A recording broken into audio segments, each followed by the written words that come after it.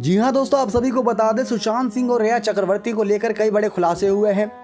जहां सुशांत सिंह के निधन से पहले रिया चक्रवर्ती को तो कोई जानता तक नहीं था बॉलीवुड इंडस्ट्रीज में, लेकिन अब उनको इतने लोग जानने लग गए हैं, शायद ही कोई ऐसा व्यक्ति होगा जो उनको जानने से इनकार करे, क्योंकि रिया चक्रवर्ती सुशांत के केस में सबसे बड़ी कल्प्रिट मानी जा रही है।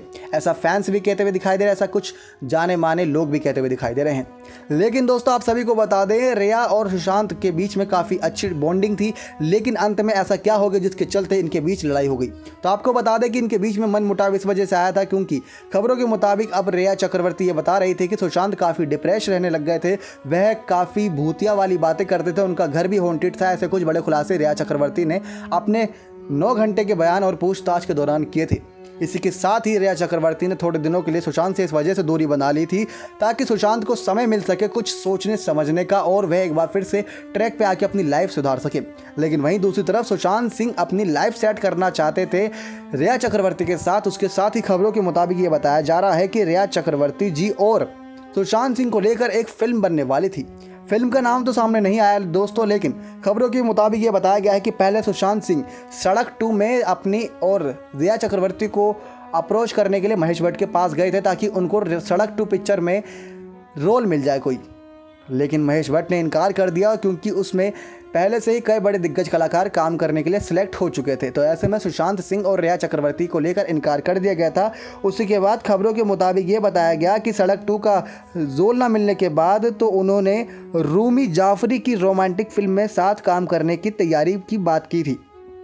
बता दें, फिल्म मेकर रूमी जाफरी ने बताया था कि रिया और सुशांत उनकी अगली फिल्म में काम करने वाले थे, जो उनका बड़ा प्रोजेक्ट होने वाला था, एक लव रोमांस फिल्म को लेकर। इसी रिपोर्ट का कहना है कि रिया चक्रवर्ती के करियर को संवारने के लिए सुशांत सिंह राजपूत ने पूरी जद्दोजहद इस बात को लेकर की थी कि इसी के चलते वह सड़क 2 से लेकर रूमी जाफरी की फिल्मों में रिया को लाने की कोशिश कर रहे थे और बॉलीवुड इंडस्ट्रीज में रिया चक्रवर्ती की पहचान बनाने की कोशिश कर रहे थे।